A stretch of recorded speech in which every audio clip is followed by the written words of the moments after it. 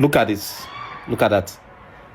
That's the Isreal in action, intercepting drones that are fired at American military bases and also the American embassies across the Middle East this night. This is happening tonight. Iran is firing several missiles into Israel, firing several drones towards Israel and American military bases, also the Middle East, the Gulf nations. And the U.S. is gearing up. The Marines have now arrived since 27th of this month. They've arrived the Middle East and they are ready for deployment, waiting for the president's call for them to move in and take over the Kag Island, which the U.S. has completed plans to take over and take control of, to pressure Iran to open up the Strait of Hormuz. And there are reports that there are so many other islands within the Middle East that are more critical.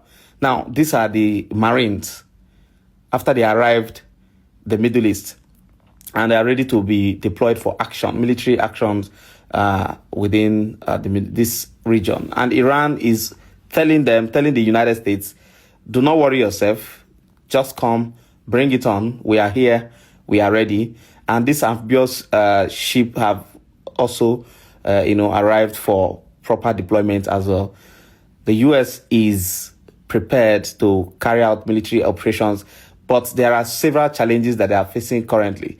And these challenges are from Russia. Russia is reported to have taken images from the U.S. military base in Prince Sultan base, sent it to Iran and given it to Iran as a target, which aided Iranian attack on the U.S. Prince Sultan base yesterday that injured 12 troops. That's what the U.S. reported.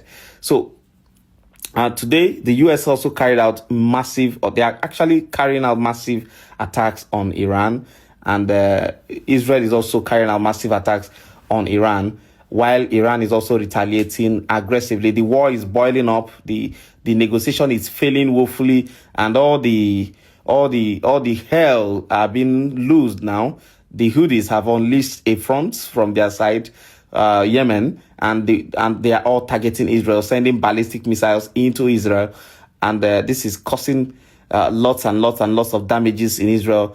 And Israel is also sending F-35s, including KC refueler, to go and do massive damage to Iran as much as possible. It is becoming a matter of urgency, a matter of emergency in the Middle East.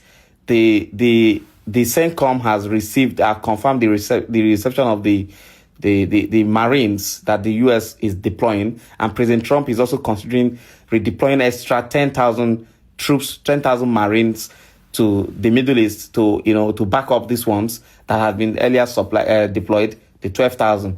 So that will be a total of 22,000 troops that are ready for critical military operation in the Iranian island of the Kag Island.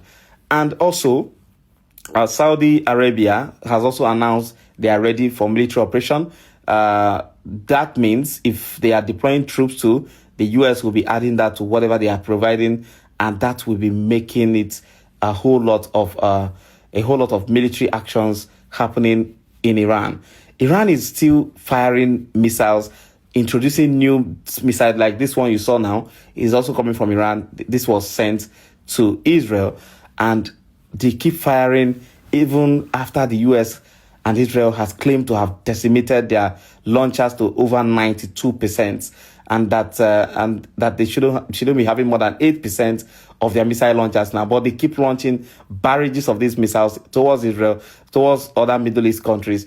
And you begin to wonder exactly why and how they are doing this.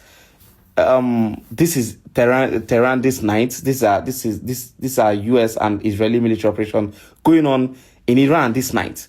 Damages have been done aggressively, massively, and the deadline the President Trump has given to Iran is also counting down, which means very soon there could be a serious military damage in Iran if they don't negotiate with the US.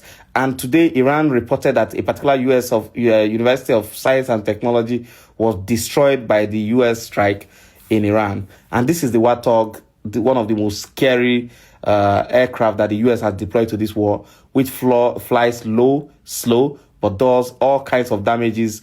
And of course, it's also bulletproof. So the US is already on a full-scale operation in Iran. As it stands now, there is only one hope for Iran, and that hope is that this negotiation should go through, because if it doesn't, if the US happens to strike their power plants, it could take Iran up to 20 years to rebuild their energy, their power plants, and that could mean a serious chaos, a serious, this economic destabilization for Iran, considering the fact that they might also be carrying out some damages in the Kag Island.